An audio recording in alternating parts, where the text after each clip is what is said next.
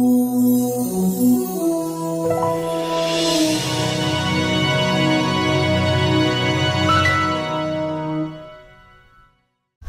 hello and Happy New Year's. I'm Scott Stevens, Goldsboro City Manager. This is our January 2017 monthly update. It seems a little strange to be standing outside in 70-degree weather the second week of January, but I guess in North Carolina that's to be expected.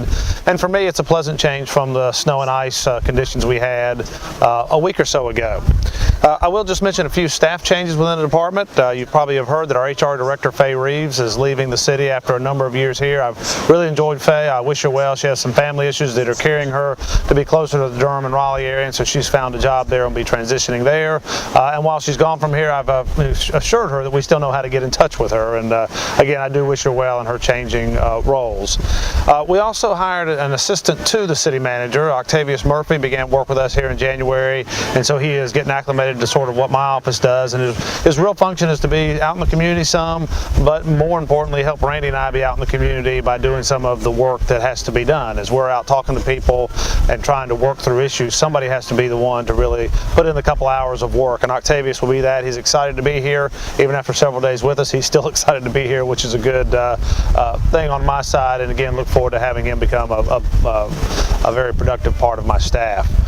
We are looking for a Public Works Director. I really tried to combine our Public Works and Utility Directors, who both, one retired back in the fall of the year, and one went to work for the town of Apex, trying to combine that position into one, and I hope to be working through that in the January time frame. I do want to mention we continue to have ongoing private development on the City Council agendas each month. I think that is a good indicator for Goldsboro and Wayne County of business activity here, and that the private sector still believes it's a good time to be investing in the community as a whole, not just downtown Goldsboro, but throughout Goldsboro and Wayne County. And again, that is just reflective in the Goldsboro City Council seeing ongoing development activities. And again, that's been very strong, or at least steady here through the last several years, and it looks like 2017 is going to continue that trend. So we're very optimistic about that at this point. We've talked about a stormwater stakeholder group, trying to form a group of residents, business owners, churchgoers, government entities, and others to talk about stormwater. One, some of the issues that we as a city face, and then to make a recommendation council on continue as we are, which is really a reactive measure. When something flood or falls in, we try to address it in a short-term measure. Or two, try to institute a fee to have a dedicated funding source to help with drainage related issues, where we can more proactively plan and do capital projects and try to stay at least in step or ahead of some of the issues that we know are out there. And then with that, if a fee is recommended, what should it be? You know, $3 to $5 probably enhances what we're doing today in terms of maintenance of areas, or which is generally streams and ditches with public water. If you get into all private drainage systems, you're probably talking a fee that's in the $10 a month range. Again, that will be this group's charge, is to one, recommend to the council, should we do it, or do they feel, and if they feel we should do it, what should that fee be, and what type of work should it include. So our hope is to kick those meetings off in January. If you have an interest in being part of that, particularly if you're a business or a church, we would like to talk with you. My number to my office, 919-580-4330. Again, 919-580-4330. And again, specifically about this stormwater stakeholder group, if you have an interest in that. Our hope will be to report out to council in the May time frame as part of their budget process, with an idea that if they implement a fee, it would happen in the summer of 2017. We still have had a couple ongoing meetings about our former W.A. Foster Center on Leslie Street. You know, we closed that center last April as we were moving into the new W.A. Foster at Minowell Park. We had ongoing conversations from community members about an interest in the building. We had done some evaluations of the building through the summer, had a meeting scheduled for October, which Hurricane Matthew delayed. We held a meeting December 15th. And really the outcome of that meeting was to one, share with the community some of what we're looking for is partnerships within that building, what you'd like to do with it if you had ownership of that building, and then how you would sustain it. How are you going to financially afford that building and keep it in a working condition as time goes on? And so we are putting together, or we asked for the group in December if we would put together a proposal on what we're looking for. That should be out in the next week or so. So proposals are due back by February 27th. then we would then share with City Council some of the ideas from the community on how or what community groups might do. And our intent would be to fix asbestos, roof issues, and mechanical issues, meaning air conditioning systems in the building, and then have a group take it over from there with the idea that we would give it to a group at no cost, provided we could legally do that. And that'll depend on your purpose and maybe your status as a 501c3 or a governmental entity or something else. But if you have an interest in the former W.A. Foster building, certainly look on our website or call my office so we can get that proposal to you and you know what we were looking for in terms of a response by the end of February. I do want to mention the bonds did pass in November. I want to thank the community for their support. It was overwhelming support for the two bonds, over 80% on each. One was a $7 million for street resurfacing. The other one was $3 million for parks and recreation, specifically the multi-sports complex. We are working through that process with our financial consultants. It takes several months to get bonds, all the processes done and sold so that we physically have the money in hand. We are working towards a May sale. So that would put us toward the end of May of being able to award projects. We are bidding our streets, about $3 million worth of street work that would be bid and hopefully under contract in the June timeframe this year. So you should see a lot of resurfacing in the summer of 2017. And then on the multi-sports complex, we have twofold funding, $3 million from the county, $3 million from the bonds. And again, our intent would be to award a contract such that we can begin that work in the February-March timeframe or in the March-April timeframe, and then add the additional $3 million available from the bond in the June timeframe. So more coming on that, but just wanted to make sure you're aware that those projects are out there. We'd also talked about a Duke Energy grant for electric vehicle charging stations with the council some months ago. That grant has been awarded. We are coming back and talking with the council about how to move that project forward so that those with electric vehicles that want to visit either downtown or other areas in the community, we've at least got a few charging stations in line for them and being able to do that.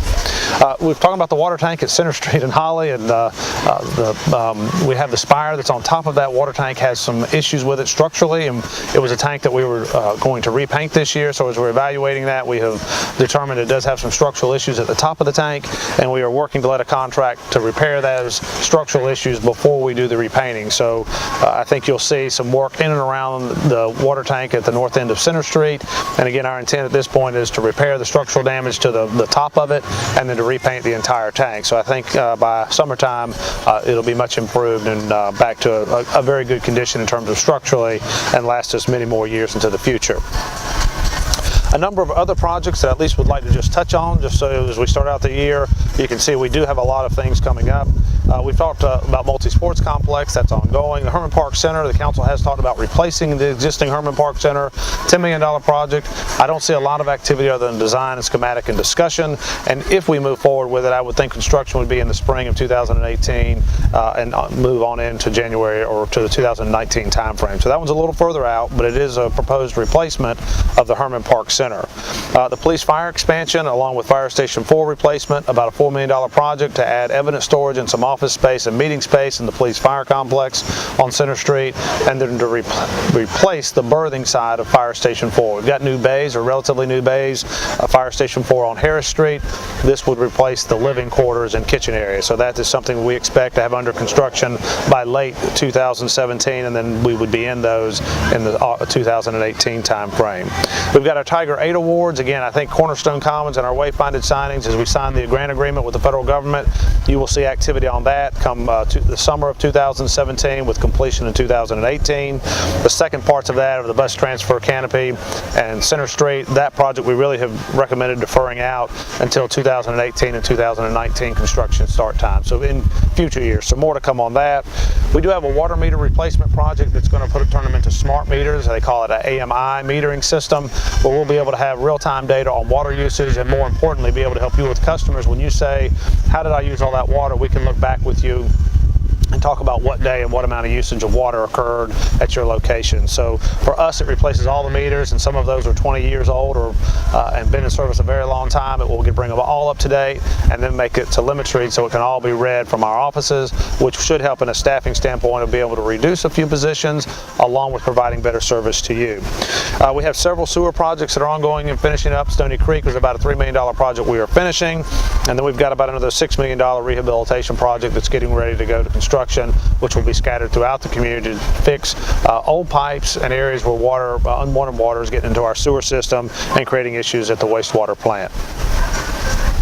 Finally, we got New Hope multi-use trail project. It is under construction, been under construction for the last 8 or 9 months. It will be finishing in the spring of this year. If you haven't driven out New Hope out near Wayne Memorial, I would encourage you to do so. There is a bridge that there crosses at Stony Creek, and I think you'll be able to see what's coming together and should be usable come April timeframe of this year.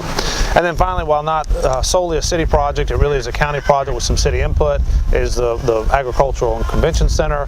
It is coming out of the ground. If you've not traveled out again to the Wayne Memorial New Hope area, I would encourage you to do so. There is something to see, and it will start showing you the scale and size of what the city and the county have proposed out there. But a $21 million project or thereabouts, and it'll be completed again in March of 2018. So a lot of work that will occur in the coming year on that project. I do want to talk a little bit about police staffing. Our outlook is improving. Still need to recruit additional officers, so we still have vacancies within the department, but we are making progress, and I think the attitude and the mood within the department of our officers, at least those that I've talked with, and it's been several dozen over the past month, appears to be very, very good.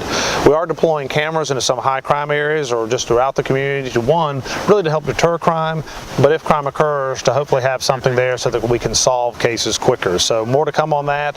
We're going to be posting video surveillance signs to give people some warning of that, but also just know that we are looking in deployment of this technology to make it safer for our community. And then finally, on the police side, we are getting an MRAP vehicle. It is a mine resistant vehicle, so it's a very military looking something. It will be delivered here in January. We are paying $6,000 in the shipping. It's a program where the federal government will provide that to local communities. We have discussed that with the mayor and council, and we see the use as being multi-purpose.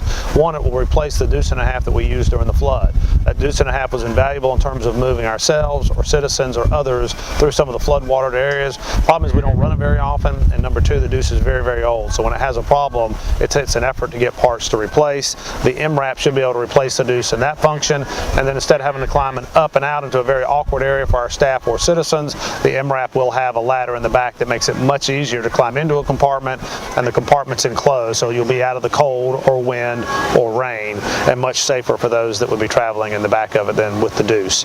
And the other side of it, it could be used in any other type of situation which the police may find themselves in, where you had a hostile someone. It provides some protection to either us or the citizens involved in that kind of event. So more to come on that, but just so you know, that is coming in January. City Council retreat, we are looking at dates at mid to the end of February. Those ought to be confirmed very soon, and my hope is a part of that, at least a substantial part of that, we'll really begin a strategic planning discussion. And again, that ranges, when you talk strategic plans, anything from a day to ongoing months and years of development. I would like to do something that really is a couple months of a consultant talking with us, talking with the mayor and council, department heads, and then developing a document that we can use as a guide in the coming years. And I think for Goldsboro, that will be a good first step over where we are currently. We also have departments working hard on developing their next year's budget, so the development that's occurring now so that we can present that to City Council in May. And our year starts July 1st, 2017. So we're about five and a half months away from our next fiscal year. I would mention a few activities within the community. There is constantly something to do. You have to get out there and look for that sometimes, but there always seems to be something going on in the community. From Parks and Recreation, I know they are conducting ski trips, so they have one-day trips that are going on. They're running up to Wintergreen. I know they have a trip planned in February and March. They are day trips where they leave very early in the morning, they come back very late at night, but it does provide a fairly low-cost approach to skiing, which is not a low-cost sport. So I would encourage you, if you have an interest, you can ski or tube, along with our Parks and Rec department. Paramount Theater, a lot of activity there. A couple of our events, many of the ones the city has paid for. Tim Meadows, he is coming January 27th. He's a comedian. I think that will be an excellent show. Would encourage you to be part of that. The Malpas Brothers, January 29th. I believe that is a Sunday, where Tim Meadows being here on that January 27th, the Friday. And then a jazz showcase coming February 11th.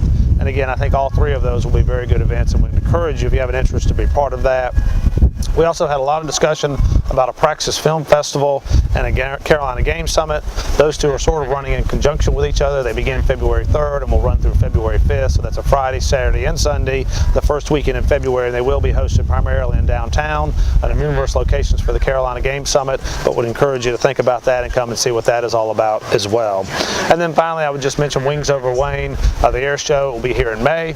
Just to let you know, we are planning for that, and I say we, a lot of effort going on between the city and the county and Seymour Johnson to make sure that that's a great experience for our community as well as those visitors to Goldsboro and Wayne County during that time frame. So as always, we're here to serve. I think that's enough for this month. Again, my office number if you need me, 919-580-4330. If we can help you, please don't hesitate to call on us. Thank you.